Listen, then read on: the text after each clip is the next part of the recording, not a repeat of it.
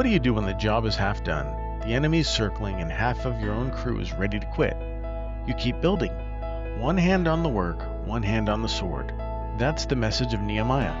And if you've ever tried to fix something that everyone else gave up on, this book is going to hit close to home. This is the Blue Collar Bible Guide podcast, days 129 through 131. Let's get into it.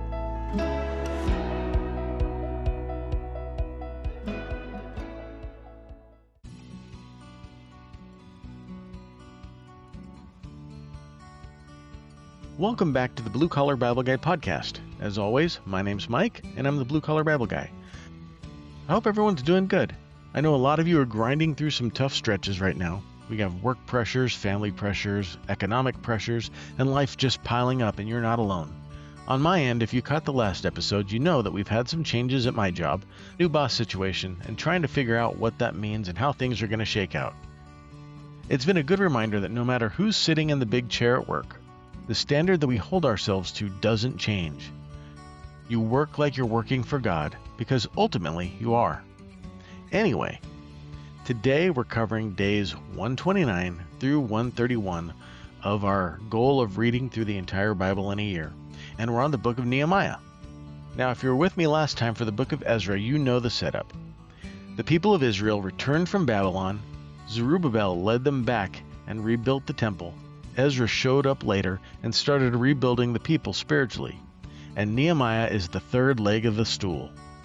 The temple's back, the spiritual revival has started, but the city itself, Jerusalem, is still in ruins.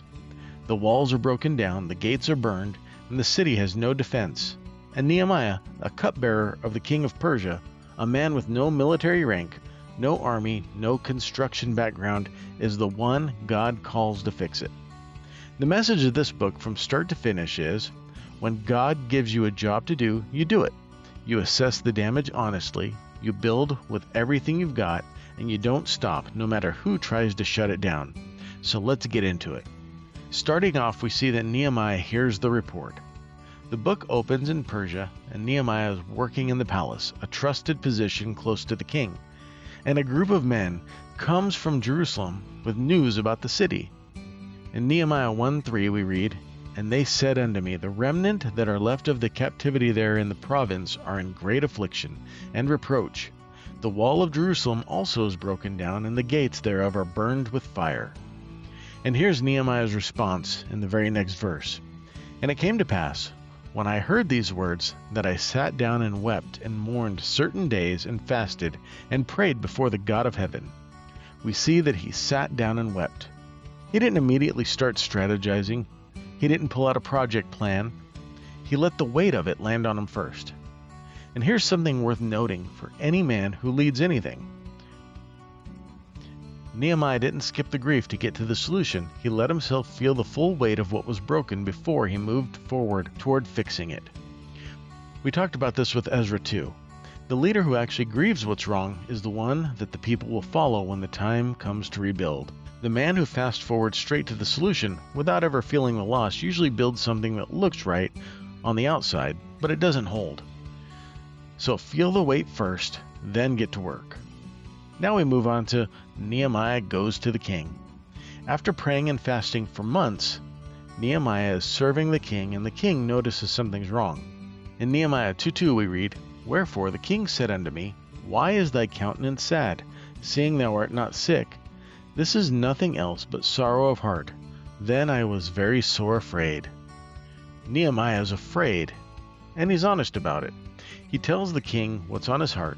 The city of his fathers is in ruins, and then comes this moment, in verses 4 and 5.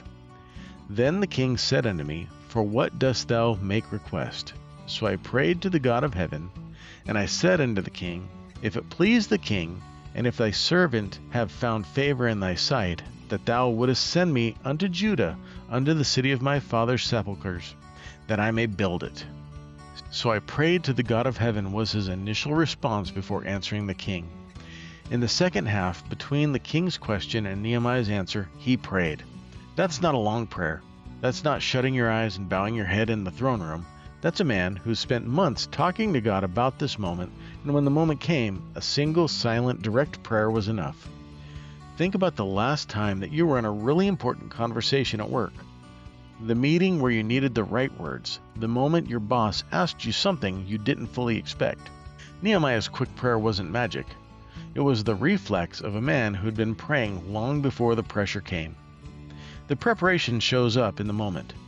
That's true on the job site, and it's true in your spiritual life. The ability to respond correctly and directly on the spot is a result of preparation. Our spiritual life needs to be practiced and developed if we want to respond correctly in whatever situation God allows us to encounter. Next up, the night survey. Assess before you speak. Then Nehemiah arrives in Jerusalem with the king's blessing and materials. But before he says a word to anyone about the plan, he does something unexpected. He gets up in the middle of the night, takes a small group, and rides around the entire wall in secret. He looks at every section of rubble. He sees exactly how bad it is before he opens his mouth. Nehemiah 2 verses 13 through 16 says, "And I went out by night by the gate of the valley, even before the dragon well, and to the dung port, and viewed the walls of Jerusalem, which were broken down, and the gates thereof were consumed with fire. Then I went on to the gate of the fountain, and to the king's pool. But there was no place for the beast that was under me to pass. Then went I up in the night by the brook, and viewed the wall, and turned back, and entered by the gate of the valley, and so returned. And the rulers knew not whither I went, or what I did. Neither had I as yet told it to the Jews, nor to the priests, nor to the nobles, nor to the rulers, nor to the rest that did the work."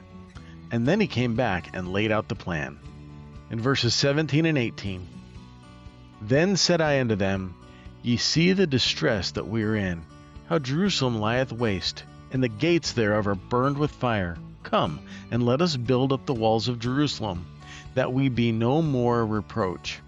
Then I told them of the hand of my God which was good upon me, as also the king's words that he had spoken unto me. And they said, Let us rise up and build. So they strengthened their hands for this good work." Any experienced tradesman knows this principle. You don't give a quote before you've walked the job. You don't tell a homeowner what it's going to take until you've gotten into the walls, look at the foundation, seen what you're actually dealing with. A man who talks first and assesses later tends to underbid and overcommits. Nehemiah walked the whole thing first, and he knew exactly what he was asking people to sign up for. And when he laid it out, they were in. They said, "Let's rise up and build." That's what honest, prepared leadership produces, people who are ready to go. Now what happens? The opposition starts, and it gets creative. If you read Ezra, you already know, when God's people start building, the opposition shows up, every time. In Nehemiah, the opposition comes from three men, Sanballat, Tobiah, and Geshem, and they run the whole playbook. First, they mock the work. Nehemiah 4:3 says, "Now Tobiah the Ammonite was by him, and he said, Even that which they build, if a fox go up, he shall even break down their stone wall." That's a classic move. Ridicule the work, make it sound small and worthless, make the builders feel like fools. Then when the mockery doesn't stop the building, they escalate to threats and intimidation. They form a coalition and start planning to attack Jerusalem and stop the work by force. And then, when that doesn't work either, they try psychological warfare. The workers inside the walls start losing heart. And Nehemiah 4:10 says, "And Judah said, The strength of the bearers of burdens is decayed, and there is much rubbish, so that we are not able to build the wall." The workers aren't being attacked from the outside anymore. Now they're talking themselves out of it. The rubbish is too much. We're too tired. It can't be done. That internal voice is the hardest opposition to fight. External pressure, the guy writing the letters to management, the crew that talks behind your back, the people who want you to fail, you can see that coming. You can prepare for it. But the moment you start believing that the rubbish is too big, when the discouragement shifts from outside to inside, that's when men quit the work for good. Nehemiah responds to all of it in the same way. He keeps building. So let's talk about one hand on the work, one hand on the sword.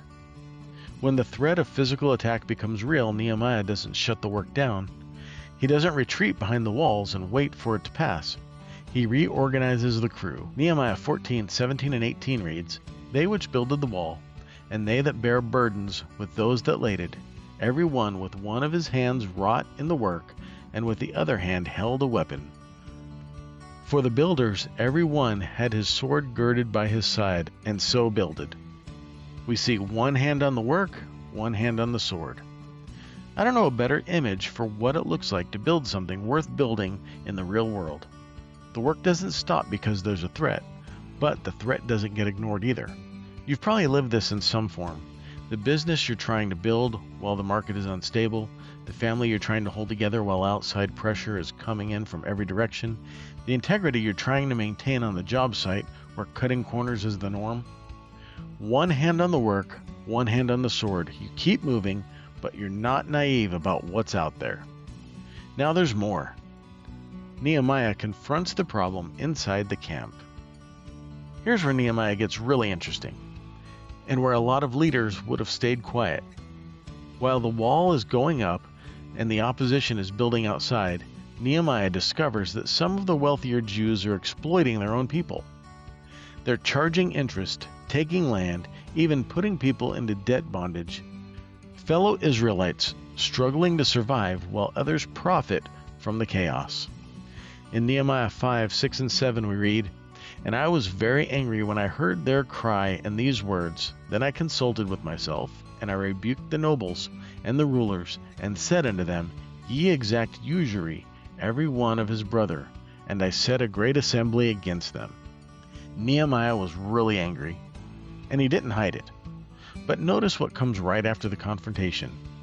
"Then I consulted with myself." He didn't react in the heat of the moment, he thought it through. Then he went and addressed it directly, publicly to the people. And that's a hard skill to develop. Feeling genuine anger at somebody or something unjust, and then slowing down enough to handle it right, instead of blowing up in a way that makes things worse. The foreman who sees a safety violation on the job site doesn't just explode and make it about his ego. He shuts it down, addresses it directly, and makes sure it doesn't happen again. Nehemiah felt the anger, consulted himself, then confronted the problem directly and publicly, and it stopped. The nobles and rulers agreed to return what they had taken. The exploitation ended. Real leadership handles both the external threats and the problems inside the camp. And then we see the final trick. Let's have a meeting. When the enemies can't stop the wall from going up through mockery, threats, or discouragement, they try one final move. They invite Nehemiah to a meeting. Nehemiah 6:2 reads, "That Sanballat and Geshem sent unto me, saying, Come, let us meet together in some one of the villages in the plain of Ono. But they thought to do me mischief." We see here that Nehemiah's answer is one of the greatest responses in all of Scripture. Verse number 3 we read, "And I sent messengers unto them, saying, I am doing a great work, so that I cannot come down. Why should the work cease whilst I leave it, and come down to you?" His reply is that he's doing a great work and he can't come down. They sent the message 4 times. 4 times he gave the same answer. I'm sure you've been there, the meeting that doesn't need to happen. The conversation designed to pull you away from what matters. The person who doesn't have a legitimate need, but has a real interest in getting you off track. Nehemiah had the discernment to recognize it and the backbone to decline it every time. Not every invitation deserves your presence. Not every conversation deserves your time. Protect the work. Now bring in at home. The wall gets finished, 52 days against every form of opposition that the enemy could throw at it. In Nehemiah 6:15 and 16 we read, "So the wall was finished in the 25th day of the month Elul, in 52 days. And it came to pass that when all our enemies heard thereof, and all the heathen that were about us saw these things, they were much cast down in their own eyes, for they perceived that this work was wrought of our God." 52 days, and even the enemies had to acknowledge this wasn't just men building, God was in it. The rest of Nehemiah shows the people gathered around Ezra to hear the word read publicly, weeping as it's read, understanding what they'd been missing. Worship and rebuilding the spiritual life of the city, coming right on the heels of rebuilding the physical walls. The physical work and the spiritual work go hand in hand. That's the consistent message from Zerubbabel to Ezra to Nehemiah. Nehemiah teaches us something for any man trying to build anything. Grieve it honestly before you strategize. Assess the whole job before you open your mouth. Build with one hand on the work and one hand on the sword. Deal with the problems inside the camp. Don't just fight the enemies outside. And when somebody tries to pull you into a meeting designed to get you off the wall, stay on the wall. The work matters enough to protect. So our challenge today, 3 questions to take with you this week. Is there something you're building at home, at work, in your faith that the opposition has pulled you down from? What would it look like to get back on the wall? Number 2, when pressure hits, do you react in the moment or consult yourself first? Feel the weight, think it through, then respond. And number 3, are you protecting the work from distractions and false urgencies, or are you coming down the wall every time someone asks for a meeting? As we close, I want to remind you to stay in the Word and stay faithful. And remember, you don't have to come down from the wall. The work God gave you is worth protecting. So don't come down. Stay with it. Fight hard.